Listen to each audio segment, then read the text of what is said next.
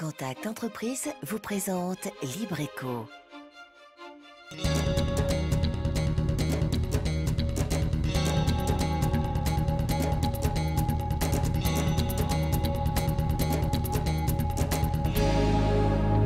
Salut à tous, c'est Libreco. Comme chaque mercredi, on se retrouve pour découvrir une entreprise de Lille, aller à la rencontre de ceux et celles qui la font vivre.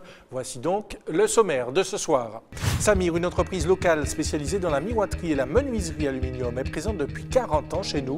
La société a commencé de manière artisanale pour grandir et gagner ses échelons sur le marché martiniquais. Fédérer les équipes, plus qu'une ambition, une réalité au quotidien pour l'encadrement de cette société. À travers le travail de ces équipes, elle valorise ainsi l'industrie locale. Sans oublier le bon plan de la semaine, les chiffres et données économiques de Lille.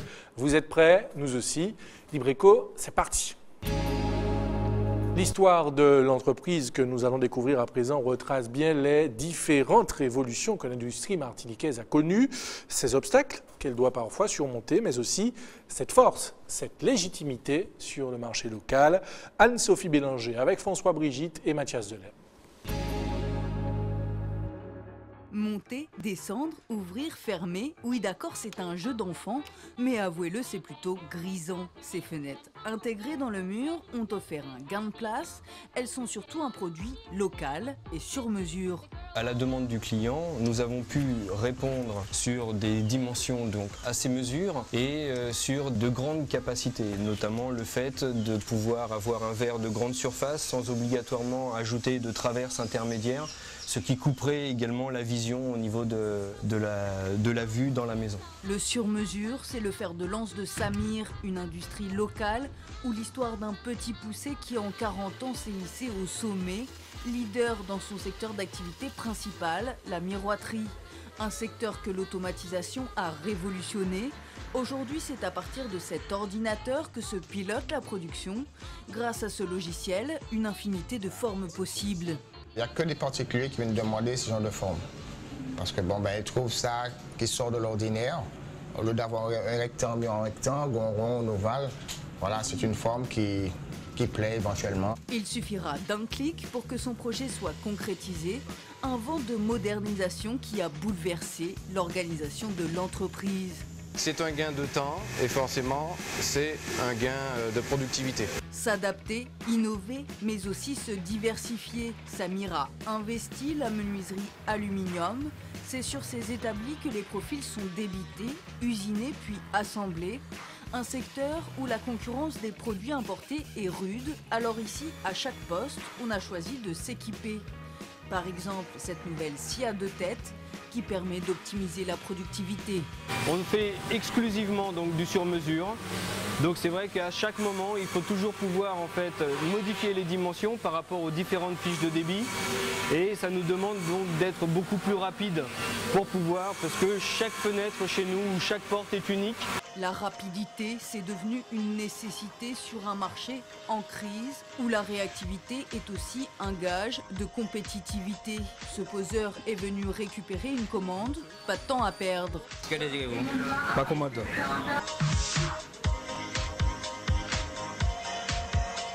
S'il est si pressé, c'est parce qu'il a du chemin à faire. Là, je me prête à partir là pour arriver sur Trinité. J'ai rendez-vous avec le client pour lui poser cette paroi. C'est aussi l'enjeu pour que son entreprise survive. Et chez Samir, on a décidé de jouer le jeu. Il y a certains clients qui sont très pressés. Bon, ils négocient avec les vendeurs peuvent le faire pour lui dans une semaine, dans 2 semaines. Mais pour y parvenir, des stocks massifs sont nécessaires sur un marché insulaire où l'approvisionnement n'est pas régulier. Du fait d'être en fait sur une île et très loin de nos fournisseurs, entraîne en fait pour nous Samir Industrie un stock important. Il faut qu'on ait donc sur place entre 2 et 4 mois de stock. Face en fin de compte à cette situation économique où en fait on est un petit peu dans un climat de crise en fait, c'est vrai qu'en fait nous devons en plus donc travailler avec des flux tendus. On ne peut pas se permettre d'avoir énormément de stock. Dès lors qu'une grosse commande tombe, immédiatement en fait on réagit pour réapprovisionner notre stock. C'est un travail de chaque instant en fait. Un travail de chaque instant, mais aussi un engagement sur le long terme, la volonté d'offrir malgré ses difficultés la même qualité que les produits de l'Hexagone. Samir est d'ailleurs partenaire agréé de Tecnal, leader international de l'aluminium. Ici, dans ce centre de Toulouse, Ces matériaux sont soumis aux éléments, l'eau, le vent, les températures extrêmes, une recherche et développement intense, mais aussi un pari sur le futur, malgré la crise. Nous avons fait le choix de rester avec ce partenaire parce qu'il garantit une certaine qualité. Aujourd'hui, on ne veut pas descendre en qualité pour ne serait-ce qu'être plus compétitif. On veut vraiment se placer dans un créneau sur lequel on garantisse vraiment nos produits et on peut apporter des garanties d'avenir sur nos produits. La pérennité dans le temps, mais aussi la qualité des produits, un challenge vital à la survie de cette entreprise, comme à celle de l'industrie martiniquaise. Et pour aller plus loin avec nous en plateau, Monsieur Christophe Marot-Desgrottes, directeur de Samir. Bonsoir. Bonsoir. Et merci d'être avec nous. Alors, Samir, c'est 44 ans de présence sur l'île, 30 employés. Alors, aujourd'hui, de nouvelles technologies, on l'a vu dans ce reportage, comme l'informatique, ont bouleversé les modes de production, des changements récents, puisqu'ils remontent à quelques années à peine. Comment est-ce qu'on réussit cette transition ? Cette transition se fait naturellement. Au fil des années, si vous voulez, donc l'entreprise a évolué. Donc c'était pour nous important de nous mettre à jour de toutes les technologies. Voilà, c'est très important pour nous. Et on voit que vous avez bien suivi, vous avez pris le train en marche. C'est impressionnant de voir toutes ces machines qui permettent de...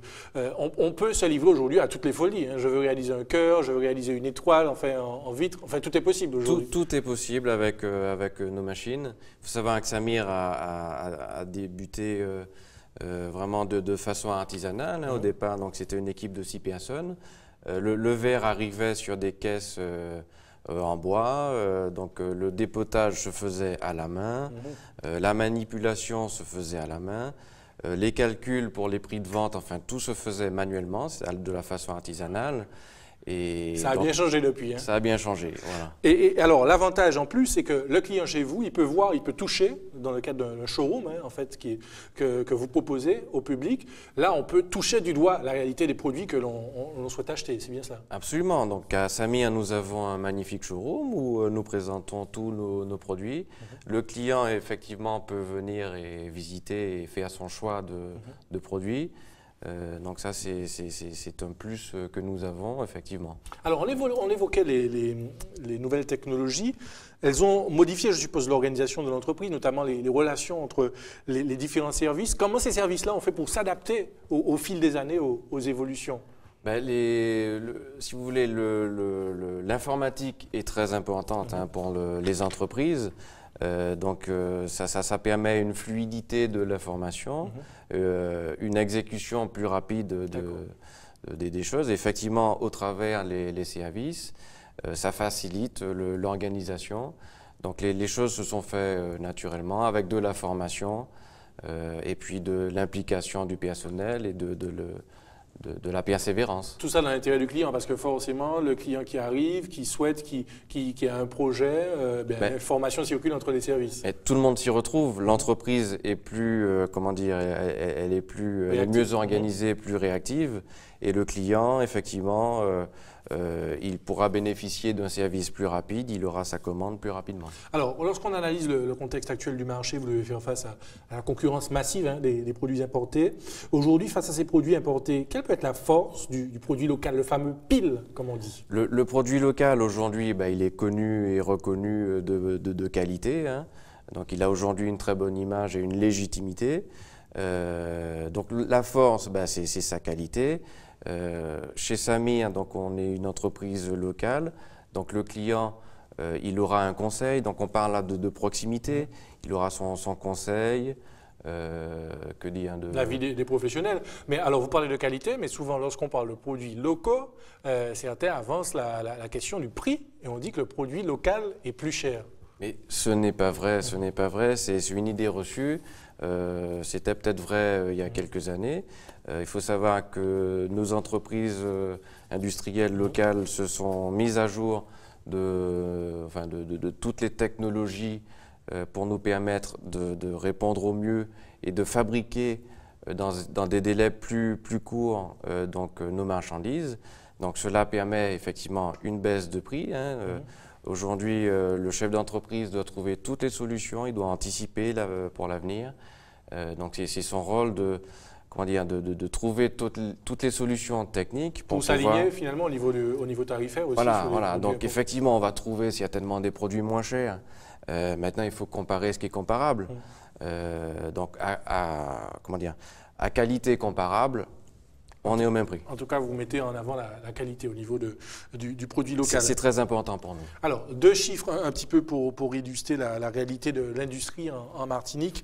L'industrie en Martinique, ce sont 135 entreprises, 4200 emplois permanents, 1,4 milliard d'euros et puis 196 millions d'euros de salaires distribués.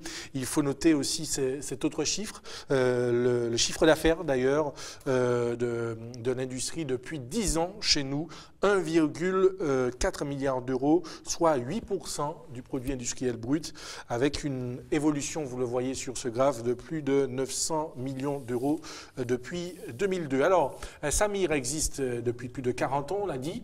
Elle a gagné la confiance de ses clients, mais elle a aussi su fédérer ses salariés. Une culture portée par le partage de valeurs et l'envie de les transmettre. C'est la clé du succès de cette industrie locale. Regardez.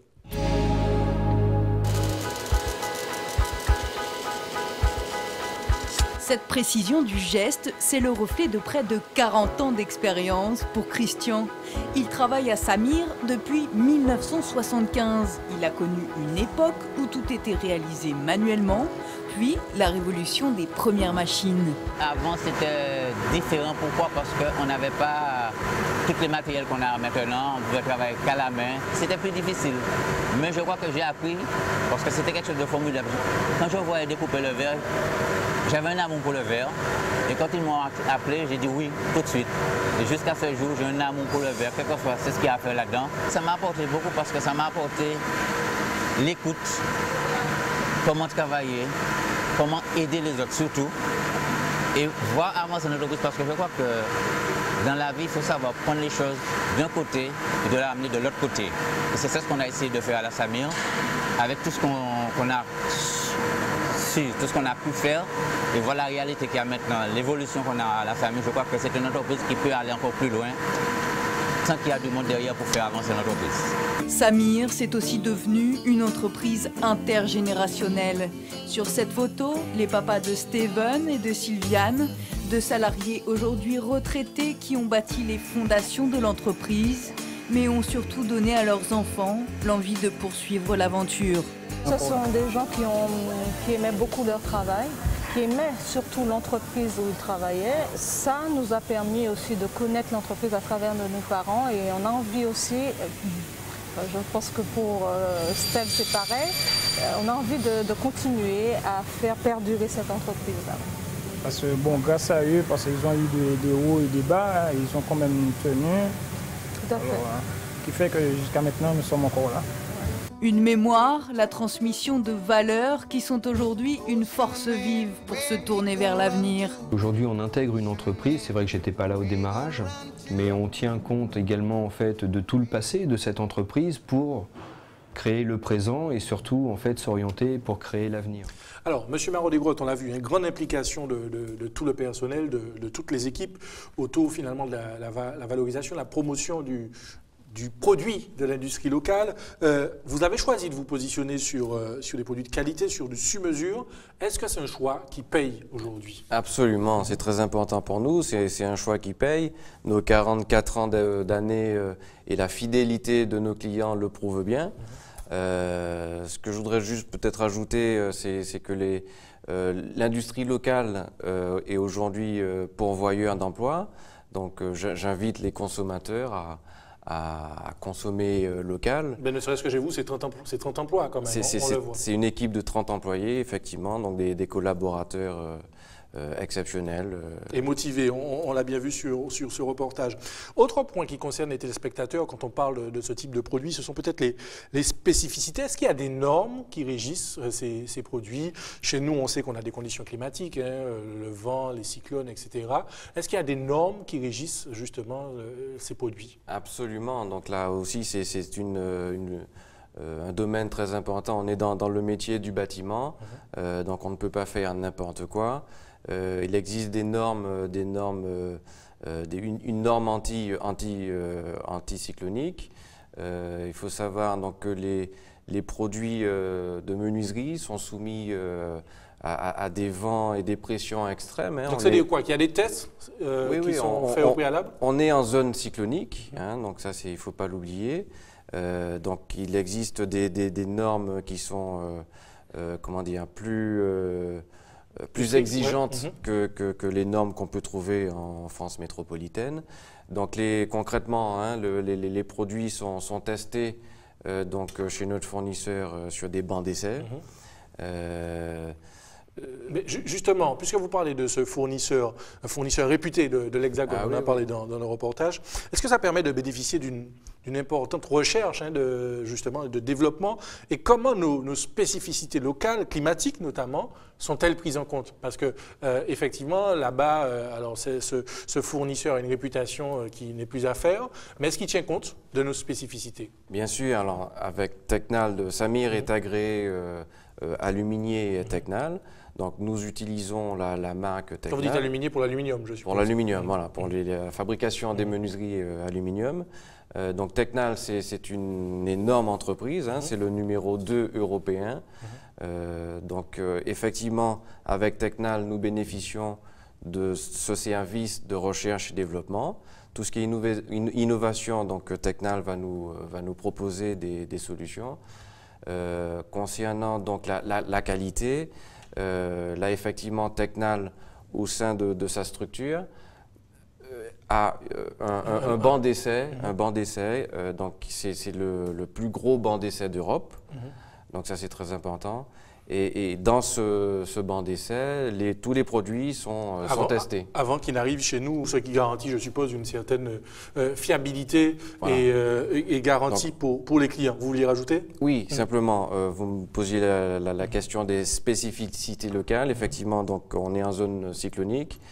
Donc nos produits doivent répondre à des normes et à des pressions, une pression de 2500 pascal et des vents de 240 km/h. Voilà, ce qui n'est pas négligeable. Voilà. Mais une fois, alors je suis client, j'achète les produits, est-ce qu'il y a un accompagnement, un suivi, un service après-vente, pour parler clairement, lorsqu'on achète sur des produits qui sont censés tenir des années, quoi, quand même? Mais absolument.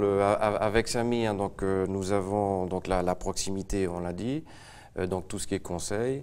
Et nous avons aussi, on peut assurer le suivi des pièces détachées, donc tout ce qui est SAV. Donc là, on pourra répondre rapidement à une panne ou une pièce qui s'use. On a le stock pour ça. Alors, une donnée quand même, avant de poursuivre, concernant l'évolution des emplois, puisqu'on l'évoquait il y a quelques minutes dans le secteur de l'industrie en Martinique. Ça a évolué entre 2002 et 2012, c'est plus 25%, plus 1000 emplois, ce qui représente aujourd'hui près de 4200 emplois permanents. Vous restez avec nous, M. Marolles-Grotte, on va vous retrouver tout à l'heure. Tout de suite, place à notre éclairage autour d'une donnée économique. C'est le chiffre de la semaine.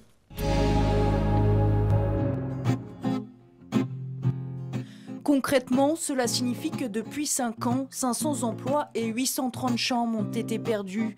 C'est donc le tiers des emplois et des chambres de la grande hôtellerie en Martinique qui a disparu.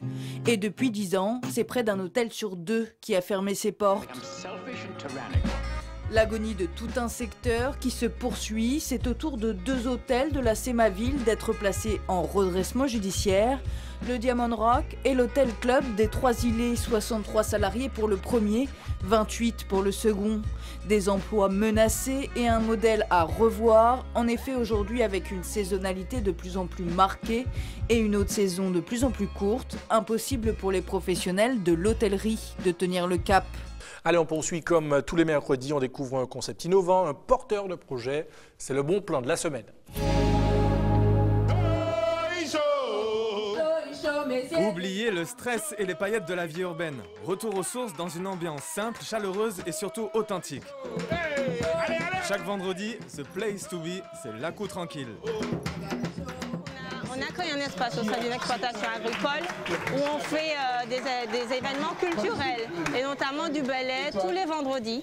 Donc il y a des ateliers ballet, il y a des soirées ballet, il y a du damier, on fait également des ateliers peinture et on fait un bœuf de temps en temps.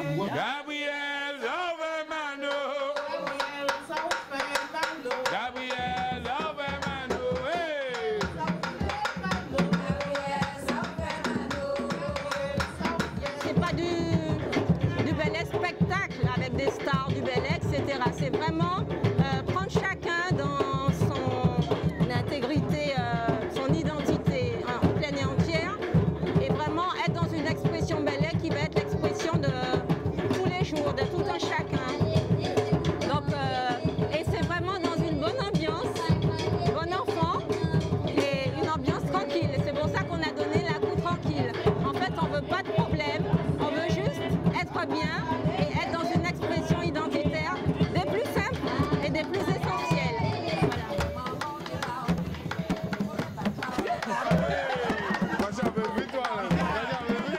La Cour Tranquille, c'est formidable. C'est un endroit où on se sent bien, il y a une bonne ambiance et on se sent plus proche. On se proche de la nature, proche de nos racines, de par ce qui est organisé, les moments belais, les échanges culturels et tout ça.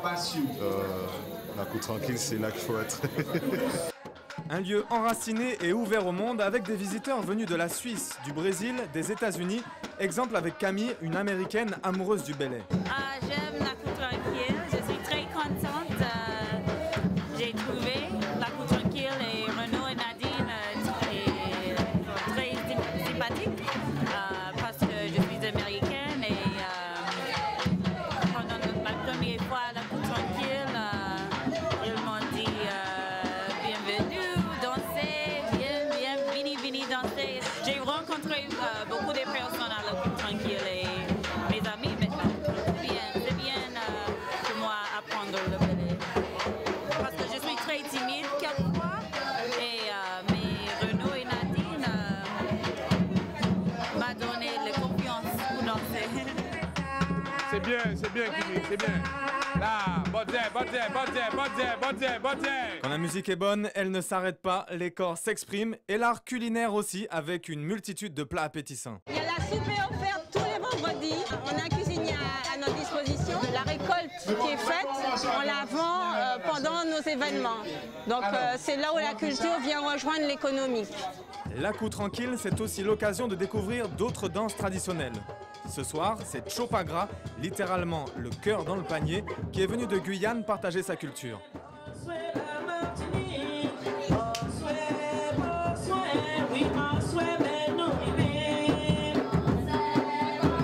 C'est là qu'on voit que la richesse de la culture noire, nous on connaît notre belay, tout ça, et là on voit le casse-école, tout ça, les différentes danses et la force du tambour. Tu vois, on entend le chant là, l'énergie. Et ce n'est pas seulement un spectacle, c'est un véritable échange avec un public décomplexé et enthousiaste.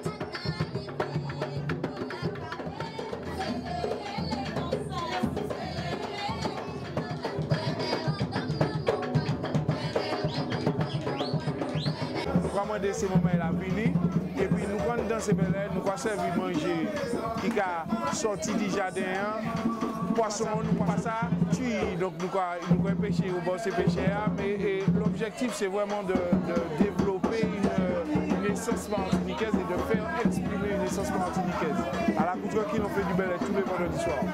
Envie de se ressourcer dans un cadre agréable et original, l'air frais du Gros Morne vous attend au quartier Bois-les-Arts, chemin Laborelli. C'est tous les vendredis, The Place to Be, la Cour Tranquille, un endroit vraiment tranquille pour tous les amateurs de bonnes vibrations.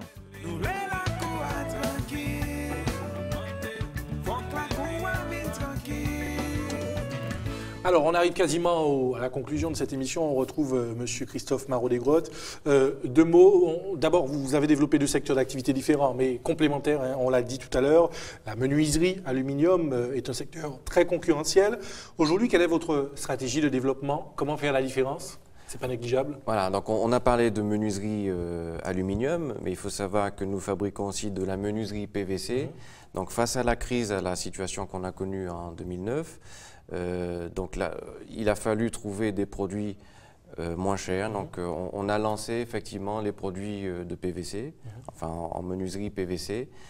Donc ça c'est une stratégie qu'on a adoptée et qui commence à se développer.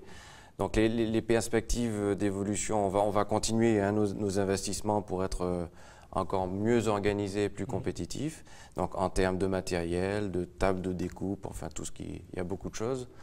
Tout ça pour mieux répondre aux besoins du client, je suppose. Pour être plus efficace et pour répondre mieux.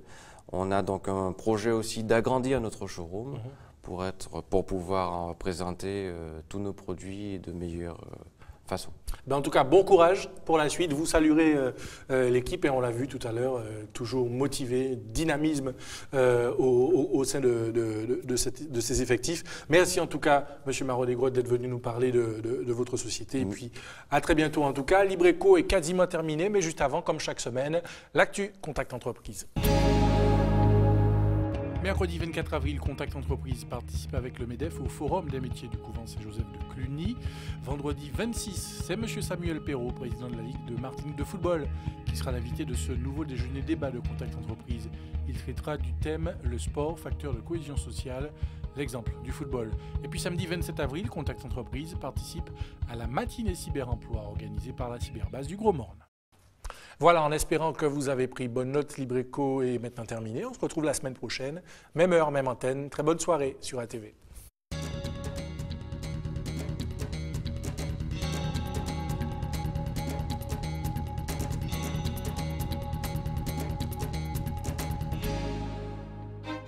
Contact Entreprise vous a présenté Libreco. Retrouvez cette émission dès maintenant et pendant 7 jours sur atv.mq.